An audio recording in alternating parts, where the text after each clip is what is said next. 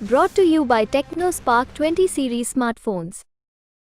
30 अप्रैल को supreme court से एक बड़ी खबर आई दिल्ली के मुख्यमंत्री अरविंद केजरीवाल के मामले में, क्योंकि अरविंद केजरीवाल ने अपनी कस्टडी को, अपनी गिरफ्तारी को चैलेंज किया था दिल्ली हाई कोर्ट में, और दिल्ली हाई कोर्ट ने उनकी याचिका को डिसमिस किया, जिसके बाद मुख्यमंत्री ने सुप्रीम कोर्ट में दिल्ली हाई कोर्ट के फैसले को चुनौती दी, अपनी गिरफ्तारी को चुनौती दी, और सर्वोच्च न्यायालय में उनके मामले पर सुनवाई हुई 30 अप्रैल को भी, 29 अप्रैल को भी। लेकिन 30 अप्रैल को जब सुनवाई हुई तो सीनियर एडवोकेट अभिषेक मनु सिंघवी ने अरविंद केजरीवाल की ओर से पैरवी की, तमाम दलीलें दी, लेकिन उन दलीलों के बाद सर्वोच्च न्यायालय में जस्टिस संजीव खन्ना ने 5 सवाल पूछे थे ईडी से, और ईडी को अब जवाब देना होगा 3 मई को। उन सवालों को लेकर बात करेंगे, लेकिन साथ ही साथ एक और खबर 30 अप्रैल को आई। वो खबर थी मनीष सिसोदिया को लेकर। पीएमएलए कोर्ट ने मनीष सिसोदिया को एक और बार झटका दिया और उनकी जमानत की अर्जी खारिज कर दी। इन दोनों ही बड़ी खबरों पर हम बात करेंगे आम आदमी पार्टी के विधायक और इंडिया गठबंधन के नई दिल्ली से उम्मीदवार सोमनाथ भारती। सोमनाथ जी, कल 2 बड़ी खबरें थी कोर्ट से। अरविंद केजरीवाल के मामले पर पहले बात कर लेते हैं। कल जिस तरीके से सर्वोच्च न्यायालय में सुनवाई हुई, पहले तो उस पर आपका रिएक्शन चाहेंगे। जो दलीलें तमाम दी गई सिंघवी की ओर से पैरवी करते हुए अरविंद केजरीवाल के केस में, उन्होंने साफ तौर पर कहा कि ये जो गिरफ्तारी है ये इलीगल है। जो अप्रूवर्स बने हैं इस केस में वो पहले को अक्यूज थे, उन्होंने अपने स्टेटमेंट्स को बदला। ईडी के फेवर में जो स्टेटमेंट्स हैं वो आप दिखा रहे हैं, लेकिन उससे पहले के स्टेटमेंट्स जो हैं वो आप नहीं मेंशन कर रहे हैं। देखिए, जो कुछ भी हो रहा है सब कोई देख पा रहा है कि किस प्रकार से ईडी का मिसयूज राजनीतिक विरोधियों के खिलाफ हो रहा है। सेक्शन 45 इस प्रकार से वर्डेड है, इस प्रकार से फ्रेम्ड है कि जब तक प्रोसिक्यूशन ना चाहे तब तक इसमें रिलीफ मिलना एक तरह से असंभव सा है। आप देखें कि पिन पॉइंटेड सवाल पूछा है कि चुनाव के दौरान ये गिरफ्तारी क्यों। इस सवाल का जवाब जानने के लिए पूरा देश बेचैन हो रहा है, सबको 3 मई का इंतजार है। यही सवाल हम पूछ रहे हैं सबसे पहले। अगर आप देखिए भाजपा से हमने क्या सवाल पूछा है, चुनाव की घोषणा के बाद चुनाव आयोग इस देश का मालिक होता। अगर आपको याद होगा, टीएन सेशन जब चुनाव आयोग के हेड हुआ करते थे, उस वक्त टीएन सेशन ने ऐसा माहौल बना के रखते थे देश में कि केंद्र सरकार चुनाव को किसी प्रकार से प्रभावित ना कर सके। आज क्या हो रहा है, 3 सदस्यीय कमेटी का जो जो जो गठन है वो क्या है, 3 सदस्य में 2 तो एक तो मोदी जी खुद है और एक मोदी जी का आदमी है, तो नेचुरल सी बात है पूरा का पूरा चुनाव आयोग मोदी आयोग है। अब ऐसे माहौल में अगर अनबायस्ड होता चुनाव आयोग तो सवाल करता कि आप ऐसे अरेस्ट नहीं कर सकते, चुनाव को आप इफेक्ट कर रहे हो। तो यही सवाल माननीय उच्चतम न्यायालय ने पूछा है, और ना तो पैसे की रिकवरी है, ना तो कोई स्टेटमेंट इस प्रकार से है। और जो 9 स्टेटमेंट्स में केजरीवाल जी का नाम नहीं है। अनुराधा जी, मैं वकील हूँ, रोज़ देखता हूँ बंदों को जेल जाते हुए, जेल से निकालते हुए, यही मेरा काम है। बड़े से बड़ा व्यक्ति जेल में टूट जाए, जो व्यक्ति साथ ताउम्र एसी में रहा हो, बड़ी बड़ी गाड़ियों में चला हो, आप उसको 6 महीने जेल में बंद कर दिया आपने, तो नेचुरल सी बात है उसको आप बोलते कि केजरीवाल जी को छोड़ो। अगर आप उसको तो मोदी जी का नाम लेगा तब तेरे को छोड़ूंगा, वो मोदी जी का नाम ले लेता। इसलिए सबको पता है कि 9 स्टेटमेंट्स, अच्छा सेक्शन 50 में कोई भी स्टेटमेंट जो आप दे रहे हो उसका सत्यता आपको सुनिश्चित करना है। या तो पहले स्टेटमेंट सत्य हैं, या बात का जो आपने अरविंद जी का नाम लिया है जब आपकी उनसे डीलिंग हो गई, या वो सत्य है। तो एक तो झूठ है, उसके ऊपर पूरी कार्रवाई होनी चाहिए। लेकिन नहीं, 9 स्टेटमेंट्स में जो केजरीवाल जी का नाम नहीं लिया उस पर कोई कार्रवाई नहीं करेंगे, ना उसको कोर्ट को देंगे। ये तो यही सवाल कल उच्चतम न्यायालय में बोला गया, और मुझे लगता है कि उच्चतम न्यायालय ने संज्ञान ले लिया है और इसका कुछ पॉजिटिव, बहुत पॉजिटिव आउटपुट आने वाला है 3 मई को। और दूसरा देखें, संजय सिंह वाले मसले में देख लें। संजय सिंह के मसले में बाकायदा उच्चतम न्यायालय ने पूछा, भाई पैसा कोई मिला नहीं मिला, मनी ट्रेल मिला नहीं मिला, क्या फिर भी तुम बेल का विरोध करोगे? सब चुप। बोला थोड़ा सा वक्त दे दे माए बाप, आता हूँ, आकाओं से पूछ कर आता हूँ। पोस्ट लंच आकाओं से पूछ के आए, बोले आकाओं ने कहा है कि बेल का विरोध मत करना, नहीं तो आज केस की ऐसी बखियाँ उधेड़ेगा हमारे जो माननीय जज साहब हैं। देखो, मुझे लगा, ऐसा लगा कि भगवान श्री राम बोल रहे हैं उनके जरिए।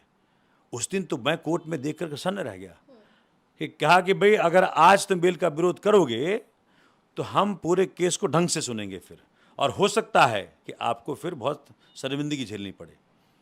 तुरंत मान लिया कि हम बेल का विरोध नहीं करेंगे। और मैं आपको ऑन रिकॉर्ड पूरे दायित्व के साथ बता रहा हूँ, एक भी धेले का फर्क नहीं है संजय सिंह के केस में, मनीष सिसोदिया जी के केस में या अरविंद जी के केस में। सब बराबर है, एक ही तरह से सारे केसेज हैं। एक कोई एक्यूज्ड को आप अप्रूवर बना लीजिए, उसको लालच दीजिए कि भाई तुमको हम छोड़ देंगे, केस से जेल से निकल जाओगे, केजरीवाल जी का नाम ले लो। तीनों केसेस में यही है। पहले के स्टेटमेंट्स में 6 स्टेटमेंट्स में 9 स्टेटमेंट्स में किसी का नाम नहीं है, फिर आप उसका नाम लेते हैं। शरदचंद्र रेड्डी में तो आपने पैसे भी लिए, 60 करोड़ रुपया आपके अकाउंट में गया। तो असली घोटाला तो आपने किया है कि प्राइम एक्यूज्ड मुख्य आरोपी से आपने 60 करोड़ लेके डील की कि 60 करोड़ भी दे और केजरीवाल जी का नाम भी ले, तब तुमको छोड़ूंगा। एक जो उनका व्यक्ति है, एक और जो जिसको विटनेस बनाया कोई एक्यूज था, उसको वो एमपी का चुनाव लड़वा रहे हैं। तो ये सब देश देख पा रहा है कि जिस 4 लोगों के नाम पे आपने केजरीवाल जी के स्टेटमेंट्स लेकर के खिलाफ स्टेटमेंट्स लेकर के आपने गिरफ्तार किया, वो चारों के चारों भाजपा से कनेक्टेड हैं डायरेक्टली। अच्छा, क्योंकि आप भी लगातार अरविंद केजरीवाल की जब जब कोर्ट में पेशी होती है तब आप रहते हैं, कोर्ट रूम में मौजूद रहते हैं। मैंने आपको पीएमएलए कोर्ट के दौरान भी देखा था जब उन्हें प्रोड्यूस किया गया था। अरविंद केजरीवाल ने पीएमएलए कोर्ट में हियरिंग के दौरान एक वक्त ऐसा था जब उन्होंने खुद अपना पक्ष रखा था। क्या प्लान था वो कि अरविंद केजरीवाल खुद अपनी बात रखेंगे? देखिए, हो क्या रहा है कि वकीलों की एक अपनी भाषा है, हम अपनी भाषा में बात करते हैं जज से, लेकिन इस केस में वकालत की जरूरत ही नहीं है। ये केस लीगल है ही नहीं, ये केस पॉलिटिकल है। सो पॉलिटिकल केसेस के अंदर जो अरविंद जी ने बात कही उस दिन, उससे पूरा देश इस बात को समझ गया, क्योंकि अरविंद जी का एक बात रखने का तरीका है, जो क्रक्स होता है उसी को रखते हैं। बिल्कुल अगर वो वकालत किए होते तो आज के तारीख में सबसे बेहतर वकील होते, बेस्ट वकील होते, जो कि उनको बिल्कुल ऐसा फोकस है उनके लाइफ में, हर चीज़ में निकाल लेते हैं जो सबसे बेस्ट होता है। तो उन्होंने अपनी बात रखी और पूरा देश समझ गया इस केस का माजरा क्या है। केस का माजरा सिर्फ इतना है कि आप एक 3 बार के चुने हुए मुख्यमंत्री को इसलिए जेल में डालते हो चुनाव घोषणा के बाद क्योंकि आपको उससे डर लगता है, आप चाहते हैं कि वो चुनाव प्रचार ना करे, और सिर्फ यही इसी कारण से आपने उस व्यक्ति को जेल में डाल रखा है। लगता है सुप्रीम कोर्ट से कोई राहत अरविंद केजरीवाल को मिल पाएगी? चुनावों से पहले दिल्ली में अरविंद केजरीवाल प्रचार करते हुए नजर आ जाएंगे? देखिए, हम सिर्फ होपफुल हैं, क्योंकि हमारे पास कोई और रास्ता तो है नहीं।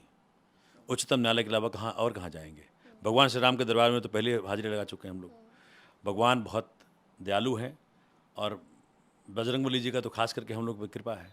मुझे लग रहा है कि 3 मई को पॉजिटिव आउटपुट आना चाहिए, और जिस प्रकार से कोर्ट ने सवाल पूछे हैं, उस सवाल का जवाब देते वक्त ईडी के हाथ पांव फूल जाएंगे, भाजपा के हाथ पांव फूल जाएंगे, और बहुत शुभ हो रहा है जो हो रहा है।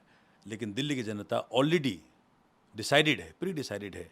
जिस प्रकार से आपने उनके हीरो को जेल में रखा, उनके जो स्कीम्स हैं, शिक्षा, स्वास्थ्य, बिजली, पानी, फ्री बस सेवा, एक 1,000 रुपये जो हमने देने का फैसला किया 18+ बच्चियों को, महिलाओं को, इस सारे स्कीमों को जो खत्म करने की भाजपा ने ठानी है केजरीवाल जेल में जाने के बाद, हर व्यक्ति इस बात को लेकर के आश्वस्त है कि हमें 25 मई को झाड़ू का बटन दबा के, और जहां कांग्रेस के लोग हैं वहाँ कांग्रेस का बटन दबा के इंडिया अलायंस के सातों उम्मीदवारों को सदन भेजना है, संसद भेजना है।